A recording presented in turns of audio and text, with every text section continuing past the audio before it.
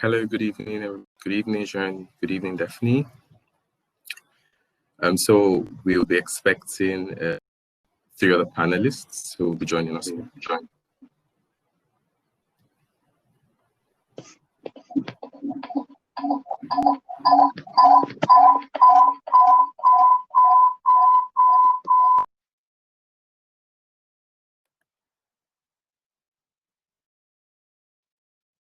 Can't hear you, Daphne.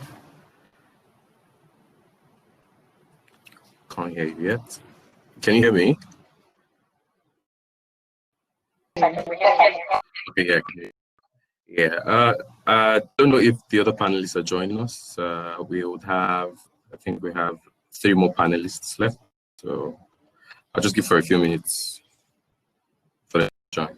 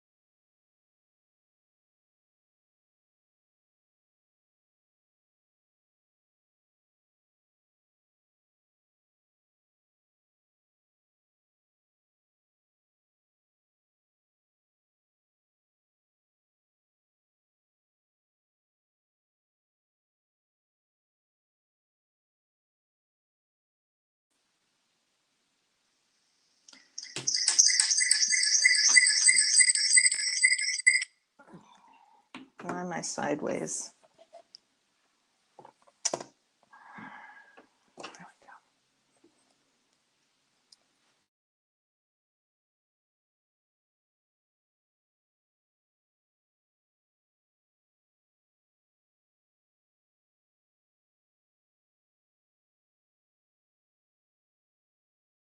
Can you hear me when I speak? Yes, I can hear you. Just waiting for the rest of the panelists, yeah.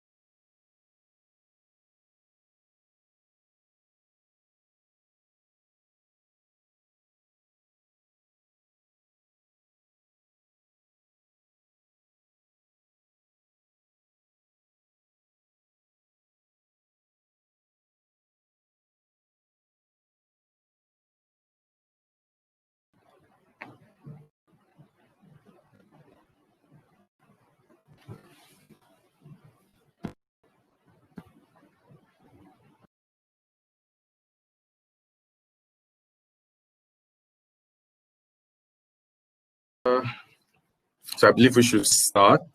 I think some of the panelists are having issues with logging into the session, so we'd have to just continue. Hello, everyone. So once again, welcome to the Diversity Summit 2020, proudly organized by the Future Festival 2020 in partnership with Y Africa. My name is Ebenezer Akroha. I am the business lead at Red for Africa. And today I will be moderating this session. And the topic of this session is Workspaces, what companies need to do about a socially engaged workforce. So on this panel today, we'll be discussing how companies can constantly align with the ever-changing social movements, social conversations, and social identities that we have prevalent in workspaces today, and how, most importantly, how organizations can create an organizational culture that is sensitive to a new breed of socially engaged and distinctively aware people within the organization. And to help me on this panel today would be my amazing panelists, which I'll introduce in a second. And just for housekeeping rules, just in case you're keen, can we all just mute our mics so that the production for TV. Yeah, thank you very much. So to introduce the panelists today on this panel, I have Daphne Akatuba, who is marketing manager for Sterling Bank Nigeria PLC. I also have Jean Friedberg, who is the Director of Global Partnerships at the Human Rights Campaign. Last but not the least, I have Adeshola Awofesho, who is the Head of Employee Engagement for Culture, Human Capital Management at Sterling Bank Nigeria PLC. You're welcome. We're hoping to have an exciting, very insightful conversations about workspaces. So without wasting much time, we've actually started late, so we'll just dive straight into the conversations. So my first question is for Daphne. This panel going, why do organizations need to care about a socially engaged workforce? And I'm thinking to myself, what is there to learn about a socially engaged workforce? Interesting. I think I was hoping to go first. I think that, to be honest, I was leaning towards other panelists starting, but since I've been put on the hot seat, here we go. Okay. I think that I feel like organizations have no choice. That is the brutally honest truth. If you are dealing with people, you sort of have to move with what people believe in at a particular time. Because at the end of the day, even though people in an organization have come together for a collective goal, they're influenced by different things and different cultures and different beliefs before they come into the organization. So I feel like organizations have no choice. The employee today is so informed, is so aware of what's happening, and not just in the country, but even world over. So it's like we're here in Nigeria and we're talking about, the people culture in Google, the people culture. Everybody now is aware of what's happening. Everybody now is aware of what's out there. And so because of that, sometimes I even feel sorry for for the guys in human capital, because you almost have no choice but to begin to adapt to it. And now people demand more for what they believe what they believe is supposed to be theirs. So to your question, I think organizations really have no choice but to even beyond being reactive, be proactive as well. What's out there? What are people talking about? What's our organizations beyond Nigeria talking about? Because we're having those conversations on Twitter, we're having those conversations on Facebook, we're having those conversations on Instagram. We can see what's happening, and it's just like how at first work-life balance was like a myth. You hear about it, it's like, oh, such luxury. But now people in Nigeria begin to demand it. People in Nigeria begin to expect it. And so organizations, have to make a shift and also say, okay, you know what, before they ask for it, how do we give it? because really there's no choice. Otherwise, people go. And now we have remote working. So if you're not appreciating me here, I'm going to port, basically. Yeah. It is so like it's so exciting to know how the global village, and a lot of I think people within the Gen Z and millennial demography, the exposure is a lot more, and they are very aware of who they are, how they want to be treated, and it now puts organizations under pressure to want to do a lot of social listening per se. So talking about social listening, and I'm hoping like Jean would help us answer this question. So where do you think we are societally listening, and how can we be better as organizations in terms of listening to what the society is saying, listening to the movements that are prevalent? How do we now use it to create workforce policies that ensure that employees are safe and they are happy within the organizations?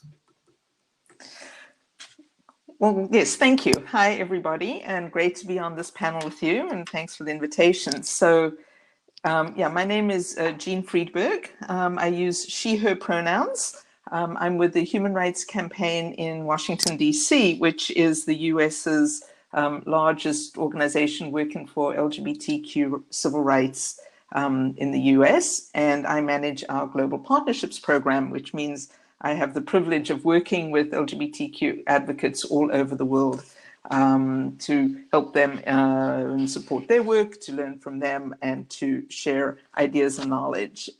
And so, your question about social listening, I mean, and Daphne, you said it exactly right at the top of the show here, which is that the world is changing, and people want to bring their whole selves to their workspace, to everywhere else where they engage, to their places of worship, to their schools, to their social clubs, to their sports clubs. And increasingly, they are doing so, whether, the cultural, religious, and so on environment is welcoming or not. People are standing up for who they are and, speaking their truth. And so I think the big challenge for companies is, how do you all respond? And I would love to hear more about Sterling Bank in Nigeria and the policies and programs that you are putting in place for to ensure that your employees feel respected, treated equally in the workforce, and so on. I mean, it's always such a privilege to speak to folks who are in companies who are doing this social listening, in fact. There's no question that the world is changing. We are moving forward. Companies are recognizing that there is a business case to be made for inclusion and diversity, that in fact, if you continue to exclude employees or not make a welcome space for employees who are different, whatever the source of that difference is, that it is bad for your business. It is bad for your ability to engage, recruit and retain good employees. It is bad for your ability to market externally. I mean, and we can talk more about this going forward, and I hope we will, all the reasons why the business case for equality is so strong. But it all starts, and to Ebenezer's point, with this thing about listening and seeing where your employees are.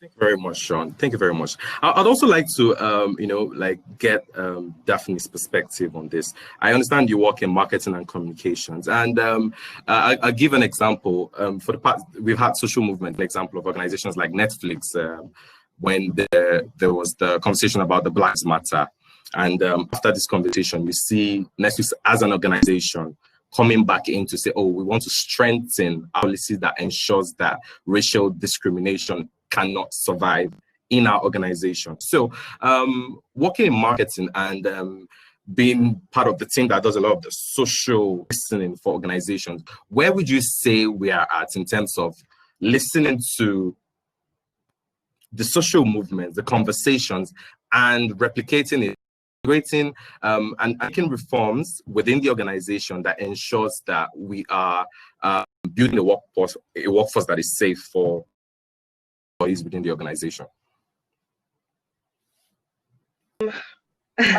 So I'm going to, because I think Jean, I hope I got the pronunciation of her name correctly, but there's something that she said that was really true, and that's the fact that people want to come to work and be their true selves. The reason why that is so critical is that for a lot of us, we spend the most part of our lives at work. You wake up in the morning, before COVID, you'd get to the office at 8 and you'd leave the office. I mean, if on a good day, 5, some days you're there till 8, 9. And so your colleagues become family. And because you're spending most of your time at the office, if you cannot express yourself, then you feel stifled. And that's when people become depressed and people become unhappy. Because they actually cannot be themselves. And for a lot of organizations, we realize that they've sort of put human resources or human, every organization has the employee handbook and how we want our employees to behave. And in the past, we had such rigid ways. Oh, there's some organizations that will tell you, oh, you can't come to work in dreads, you can't come to work in this type of look. And especially in the financial industry, it was so rigid. But one thing about Sterling and where I work, and I'm proud to say that I'm so sad that Shola isn't here because he works in human capital at Sterling. They have, and I think because from the top, because the truth of the matter is that inclusion and diversity cannot happen from the bottom up. It has to come from the top down. They have to believe that this is what is important. And so we have leadership that understands the need for that. Probably because they're also radicals at heart. So there's the need to help employees express themselves. And so you see that at where I work, Sterling, they've sort of started shattering some of this boxes and saying, okay, you know what, let's allow employees express themselves. Let's allow them to come to work at flexible hours. And so if you look at the Black Lives Matter example like you gave, I'm going to bring it home to us where we had NSAS and we had the Sorosoke, movement. At Sterling, we were able to come out to support the movement because even before it became the protest, it manifested into the protest. We already supported those conversations. We already believed in those conversations. And so even in the organization, we have things like the whistleblowing, initiatives where we tell people, which is similar to saying Sorosoke, what's happening, in the organization and having people speak. And so for marketing, it wasn't, of course, there is always, because again, we're a financial institution, there's always regulatory issues and ensuring that you don't want to step on people's toes. But in the organization, there's that feeling. There's even, and so there's something that's important where when the marketing team is pushing out a conversation, I think Shola, do you want to mute your mic, maybe? Okay. So, can you hear me? Okay. So, for example, if employees don't believe what the organization marketing team is saying on the outside, it definitely does backfire. But at Sterling, it's, that Sorosoke movement, us driving for, for inclusion and, for lives to matter in Nigeria was not new or a shock to to employees. It wasn't like, oh, these guys are lying on the outside, because we internally, we believe that that's what the organization stands for. And so we're able to join these conversations because even within the human capital team, management, they believe that if you see something that is wrong, say something. So I think, yeah.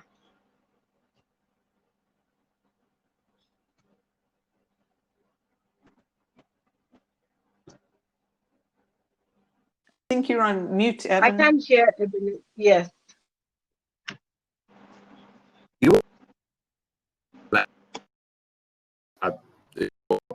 organization where you work at, was it radical or freeborn? One of the words you used, and that's why they are able to. Radicals are hard, yeah, great. So that's why they are able to approach change with a good heart. Yeah, I'd like to ask, and Jean can help us answer this question. What is the impact? So if we have an organization about like for the past,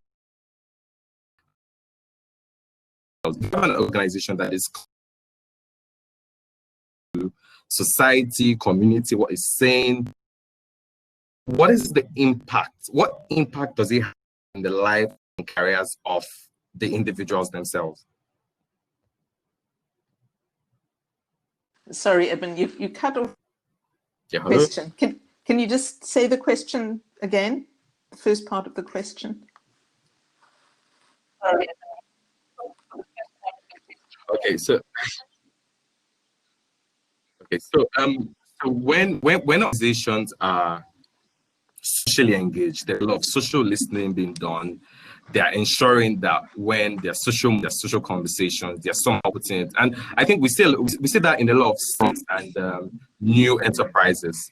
When organizations choose to go through that route and they embrace diversity and inclusion, what are the things that we say? How does it impact in careers and in the personal life of employees within an organization? Sure, thank you. Well, I think there's two parts to that question. The first part, and this is something that our organization, Human Rights Campaign, works with businesses to help put in place, which are the policies that will protect employees, no matter who they are, right? So basically, you want all companies to have policies which protect against non-discrimination. You want companies to have policies where they, provide equal benefits for all employees. They want to provide education and training so that they can bring in a diverse pool of employees. And then, of course, you would also hope that employees might be able to then engage publicly on issues of diversity and stand up and speak out in support of engaging a diverse workforce. Those are the things that are really going to create the societal change that one really needs to support a range of diverse, to support a diverse workforce. On the other hand, though, just having the policies isn't enough, right? Because the lived experience of folks in the workplace is still real, and it still reflects the society in which they operate.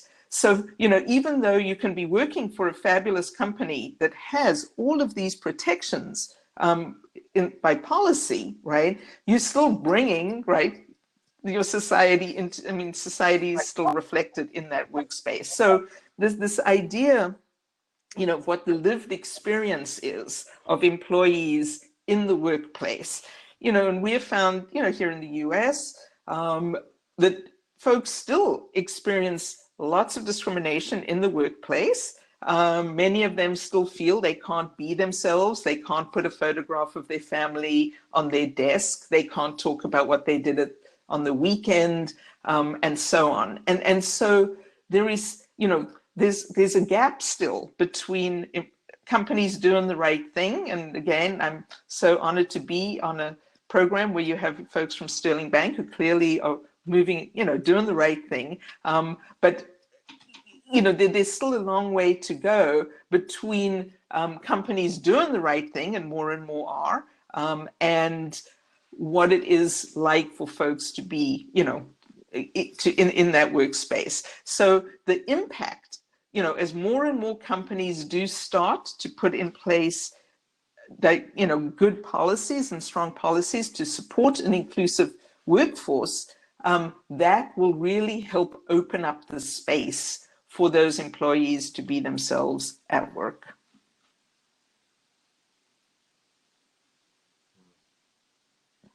Very insightful, very insightful. There's something I've noticed, and it's really a fact that a lot of large corporations are usually slow to change, and they're really slow to change. Not even workforce changes related with workforce. So whenever there's anything that has to do with them, a reform, a change, like, okay, for example, I'd use Mr. Additional Official can attest that some of the HR policies you may have, maybe policies that was handed from years ago, and then you've just been retweaking. So it's a given fact that a lot of large corporations, there's usually a problem with change. Organizations that are really more flexible because they've been born into the age of, like I said before, they've been born into the age of technology, and then it's so easy for people who work in such organizations to fit in and be themselves. What do you think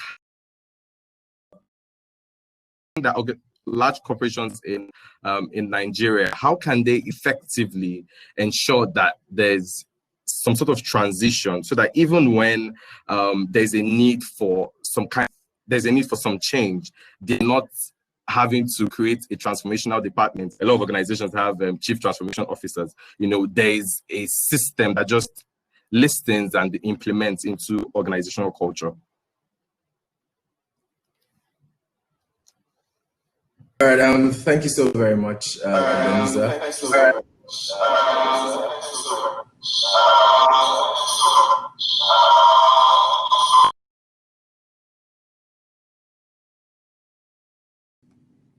Okay, let me be sure that.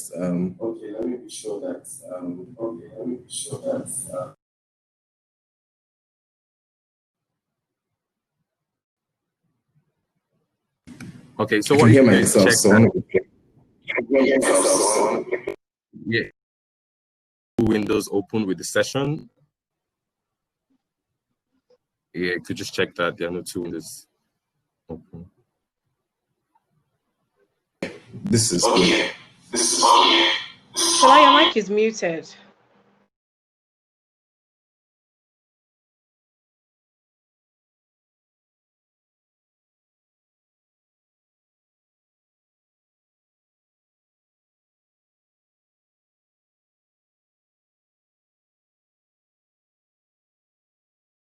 And I think you're on mute.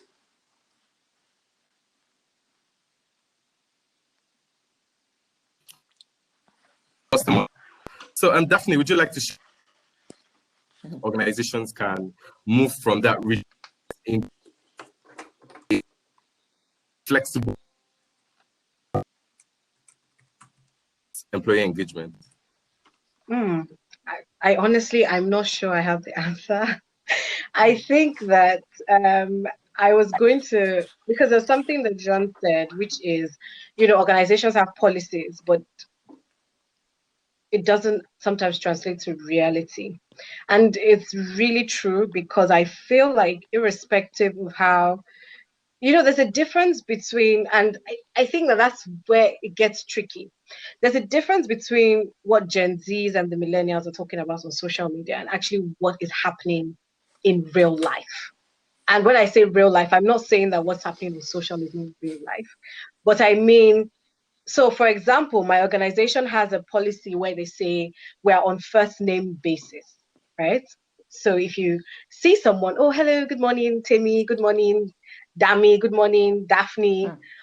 But in reality, it's a bit tricky, in the sense that we also have culture to worry about, right?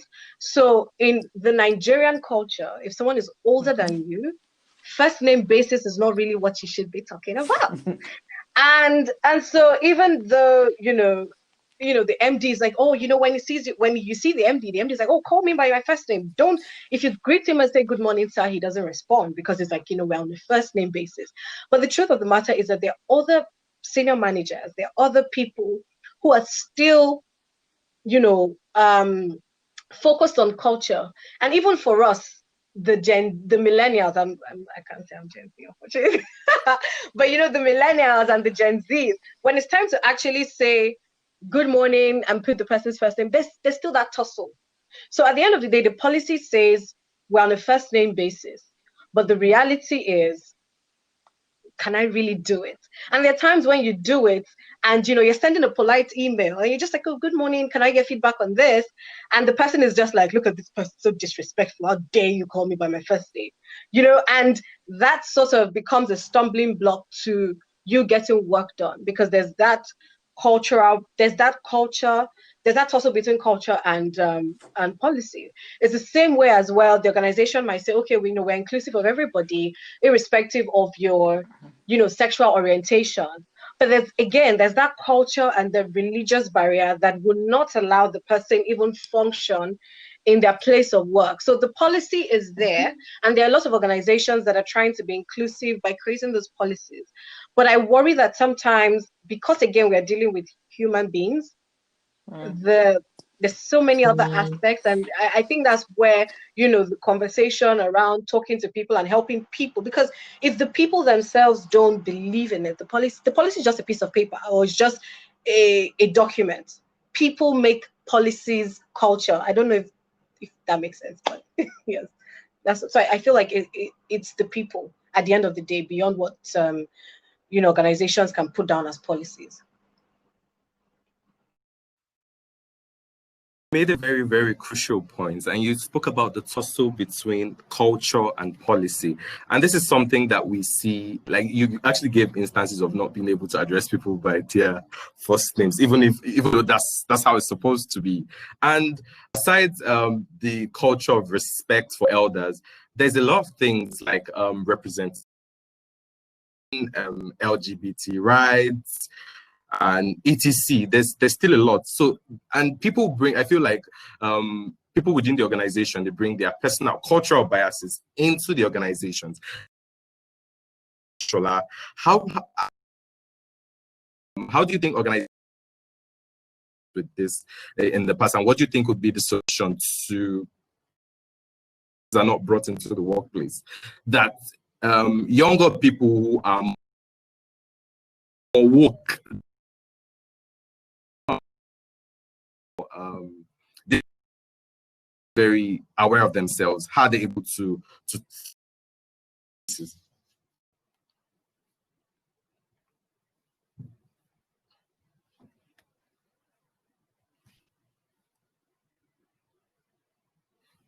It's muted, Shola. it looks like your mic is muted, so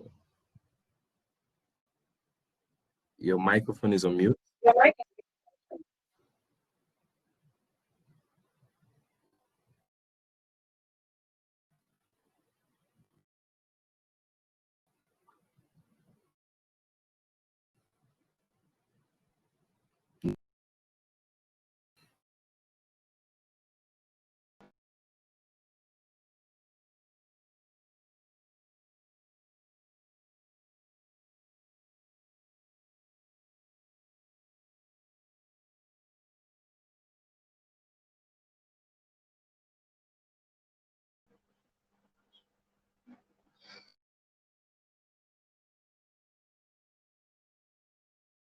Okay, so I just dropped a message for you, and we also drop comments, and I can read it out to the panel.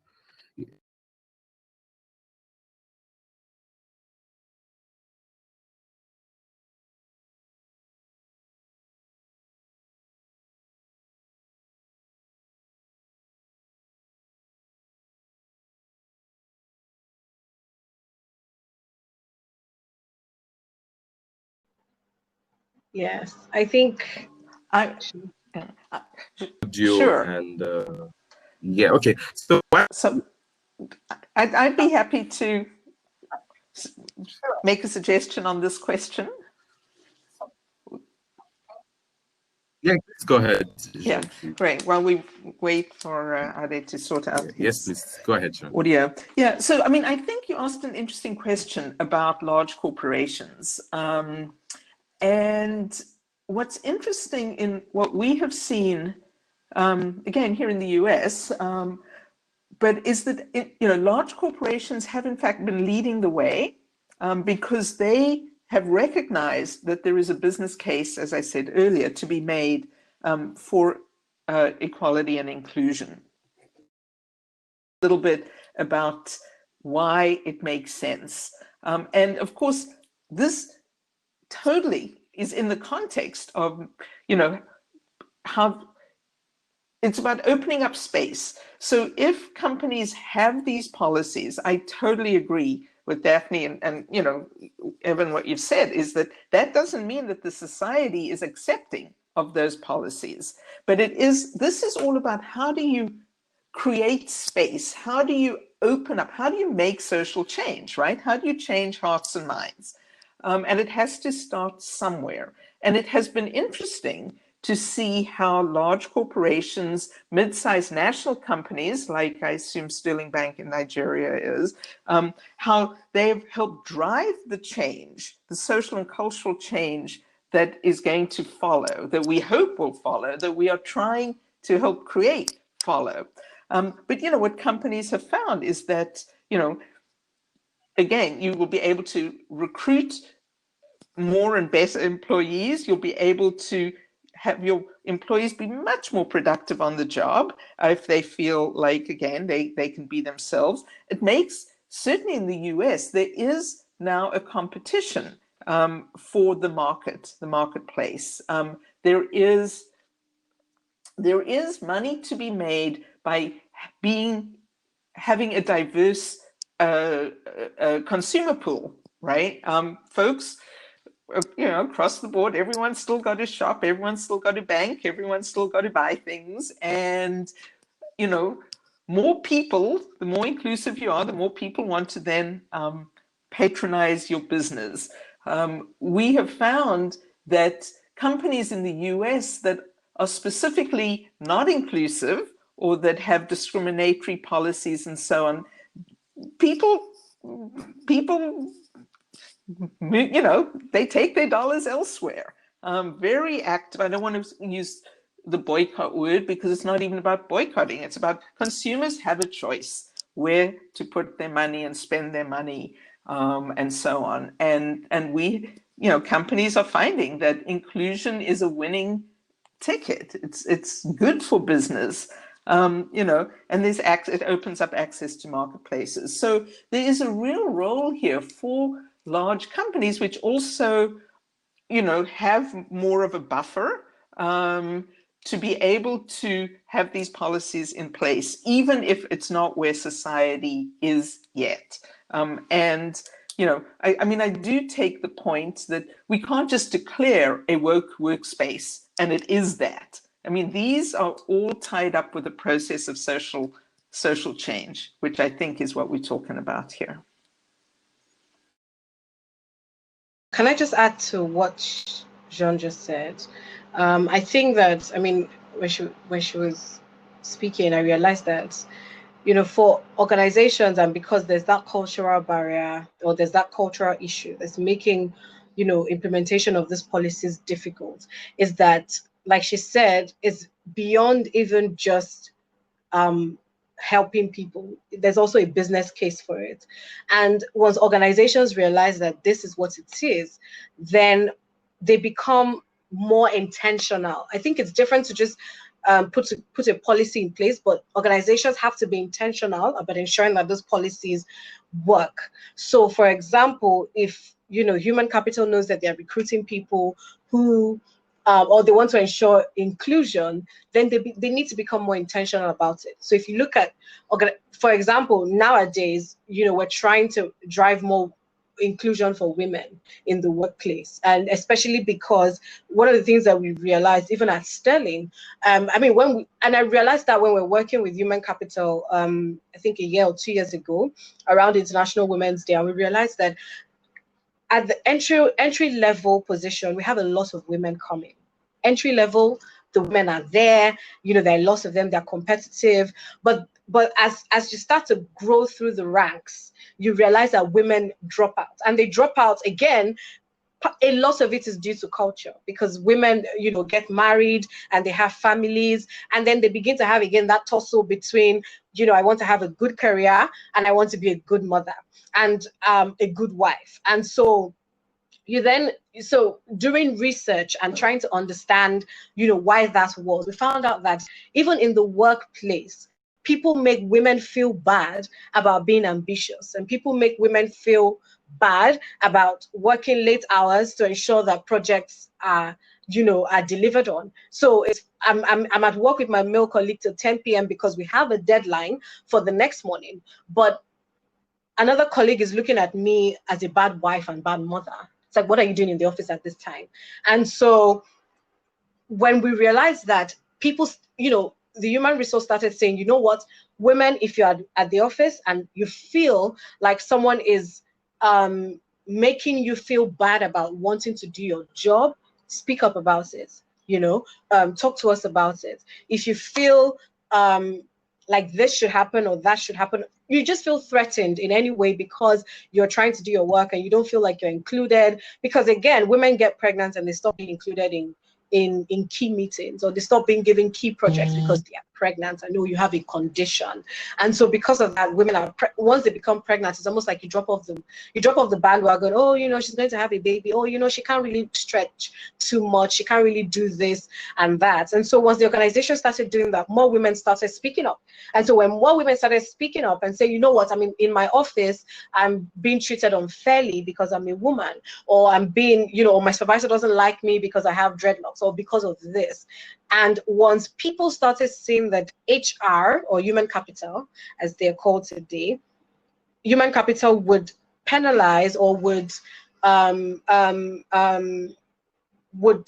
sort of reprimand people who do these things, people then began to take it more seriously. And so even if your culture doesn't allow you, or your culture is a barrier for you, well, too bad, we don't want to hear it. So why don't you just keep quiet, keep your culture in your head and let everybody leave. And so I think that once human capital, human resource management teams become more intentional about ensuring that these policies are kept by either rewarding, reprimanding, spotlighting, these people, then we begin to have, people take them more seriously. And also, like you said, John, when organizations are, driving inclusion, they should speak up about driving inclusion, because once the marketing team starts to talk about some of the good things that, the organization is doing in terms of inclusion, then, customers or people can see that, okay, this organization is doing this and I want to be a part of it. And once that happens, there's no way to go back. When you've already started being inclusive, you can't then go back to doing something different. Shola, we can't hear you. I think you should unmute your mic.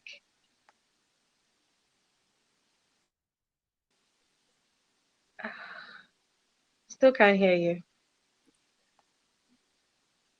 Oh, wow. So I do see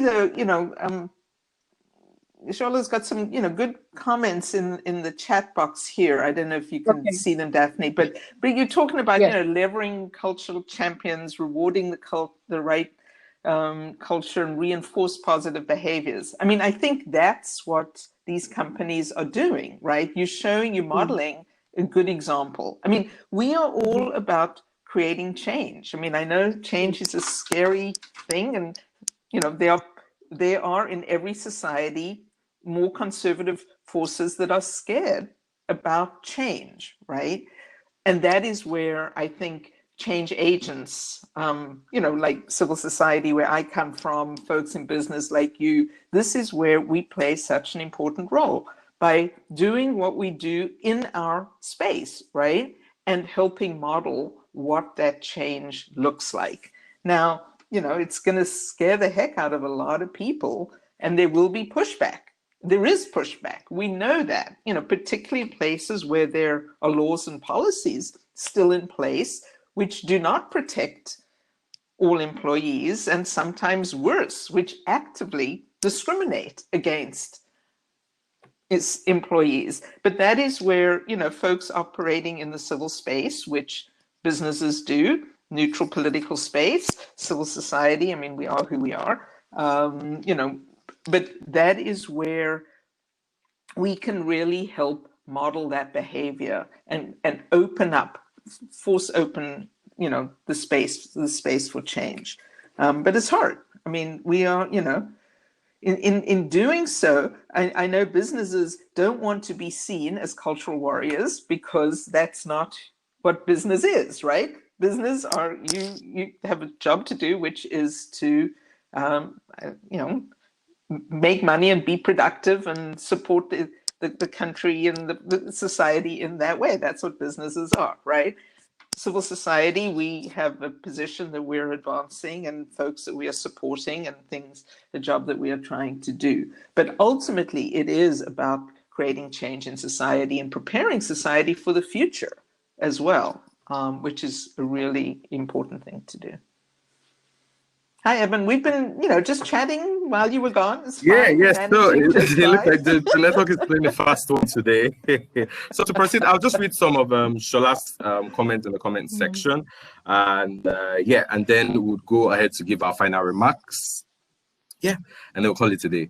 So there's societal culture sometimes fights organizational culture, hence there must be deliberate structures to save this. You can't force culture acceptance, you can inspire its acceptance. People must see why it is important and why it is a way to live by.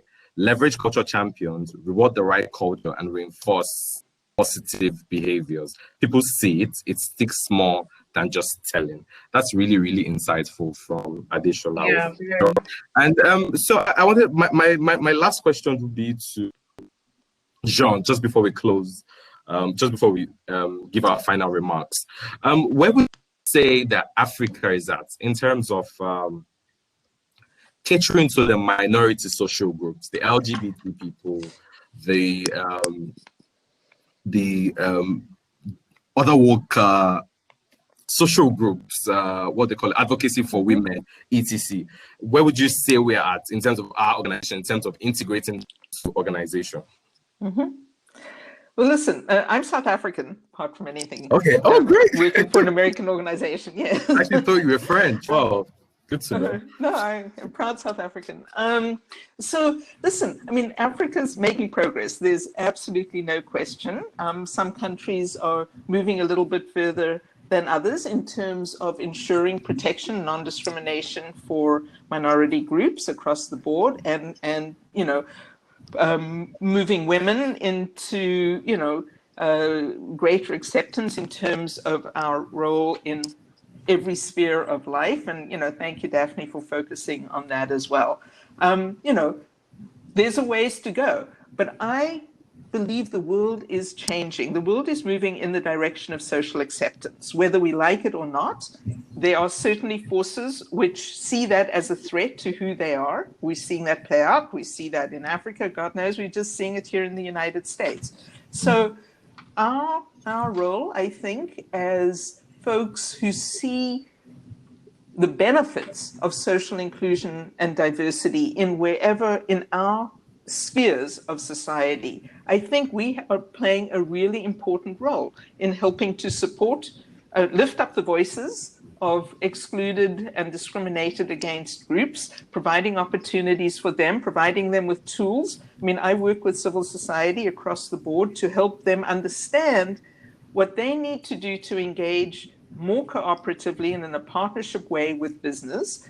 We often business see civil society as a threat, and what we're trying to do, or is not, up to the task of being good partners and allies for you all. We are trying to provide folks all over the world with the tools that can help them engage with businesses and narrow the gap between working with business as allies and, or being seen as a nuisance, which, we don't want to do. I mean, civil society wants to be able to engage with businesses as partners and as team players and as folks who can help you reach your goals. So all of us is sort of playing a role here. And I think, and we're seeing this in Africa, we're seeing breakthroughs. Obviously, Nigeria is a huge leader in this. And, my country, I'm proud of South Africa. We've got a long way to go, but definitely making progress. And, in other countries as well. So I remain constantly optimistic that the world is moving in the right direction. This has been such an insightful session. So now it's not to leave, but we'd have to take the closing remarks, and it's going to be 30 seconds. We're already past our time, so I'll start from I think Shola's mic Shola. is back on. Yeah. Can you hear me now? Oh, great, Yes. great. I can hear you now. This is really so sad, but okay. So Yes. I'm just gonna say very quickly. Yes, I'll give you so 1 minute. 1 minute to just go through. Yeah. Thank you so much. All right. So, what do I think? I think that things are really changing very fast with the proliferation of the Gen Zs and Gen Ys into the workplace. For instance, businesses are forced to change positions. So, change is arguably out to in, and that's why you find out that fast or forward-looking organizations like ours, Sterling, were taking that bold step to say that, you know what, culture has to change. I just had to what Daphne said earlier. I said culture, your policy must take its roots from your culture. It can't take it out regardless of how you want to see it. I'm just going to summarize by saying that I think that diversity and inclusion is something that every organization should be keen about. We should leave just talking about it on the boardroom to taking deliberate actions and steps towards seeing practical solutions, practical outcomes, so that at the end of the day, we can then harness the opportunities and the potentials that come from having that diverse, that pool of different perspective, and then make the best for the organization and the best for your employees. Thank you.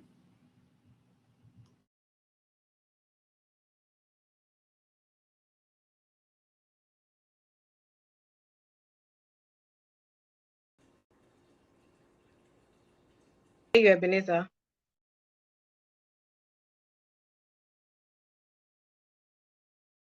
I was saying Jake is already here too.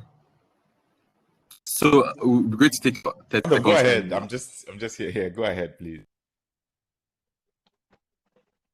Okay, go on, Daphne. Sorry? Oh, it's me? Okay. Is it my turn? Okay. All right. So final words. I feel like we've said, a lot of it, but then any organization that wants to have young, bright minds, and that's the Gen Zs and the millennials, has to move with the times. We see a lot of organizations begin to do that because people have realized that to get the best out of your workforce, you need to be invested in helping them live their best lives. Because the truth of the matter is the work that we do every day, as much as, they say there's work-life balance, I feel like it's almost merged into each other. You can't, work becomes life, and when you are happy where you are working, when you feel included where you're working, you give 120% to the work. And so when organizations have, started learning that, Sterling, we have, even before Corona, we had the flexi work, flexi time, people could do things but just deliver on the work. Even I know I read media, before I left years ago, I know there's shutdown day where nobody goes to work. I'm like, oh my God, you guys are like, rocking. So organizations now, started realizing that to get the best out of the people who work for you, you need to invest in their lives, and you need to make them feel appreciated and included, irrespective of what they are, irrespective of who they are, to the point where I know even sometimes the policies have to even be customized, because all humans are not the same. And so you need to understand the people who work for you and segment them into buckets, like the way in marketing, we say segmentation, and understand, okay, these are the kinds of people who are working for us, and these are the things that we need to do for them. So organizations have no choice but to do that if they want to get the best out of the people who work for them. Thank you. Thank you very much, Daphne. This has been highly educating and exciting. So I'll take Jean's final remarks before we end the session. Well, I think, so much great things have been said at this panel. There's not much more for me to add other than to say thank you. Thank you for convening this panel, Jake, and all of your colleagues, and Eben and everyone. I mean, what a great summit this has been, where we can all get together, come together across the continent and across the world to really see what we can do to move inclusion forward. So I just wish everyone the best. I hope we can continue to work together. We can build off the things. And he so aptly said, every single thing we do is an investment in people, and you cannot go wrong if you see your mission as that. Invest in people and support them, and that will help drive society to a better place. So Thanks very much to everybody. Okay, Thank you. thank you. Thank you, Ebenezer. Thank you, everyone, for joining. Thanks to the panelists and to those who joined in online. Thank you. Have a great day. Bye. Bye. Thank you very much, Ebenezer, Daphne, Adeshola, and all the other people who had been speaking in the previous panel sessions. This has been such a remarkable experience. I mean, I don't even have the words to quantify the volume, the volume first, the volume, the variety, the veracity of information and thought leadership that has been shared throughout this particular summit. It's been really mind-blowing, and I hope this has been rewarding for you. Please, I would like to implore that feel free to share what sessions really struck you, what conversations helpful. Feel free to follow the Future Awards Africa. Feel free to be a part of the Future Festival, which is pretty much ongoing as we speak. So from these past 6 hours, where we're talking about inclusion-focused conversations with over 20 panel sessions and over 100 speakers, it is very pertinent that diversity, equity, and inclusion is a key construct in our engagement, be it our social spaces, be it our workspaces, be it in the quest for activism to ensure that Nigeria or Africa can be better. And so this is a conversation that is ongoing, and it extends beyond this particular space. I can't remember who said this, but someone said on one of the sessions that diversity is the act of thinking independently but together, bringing various perspectives, various experiences, various ideas, irrespective of whether we like them or not, whether it's strange or weird, whether it's different or just completely out of this world, right? It is engaging in a way that every independent person can bring everything that they have to a collective space. And I think that was quite powerful. Anyways, at this point, I want to thank each and every one of you for being a part of this groundbreaking, epoch-making summit. I also want to thank all the supporters and sponsors.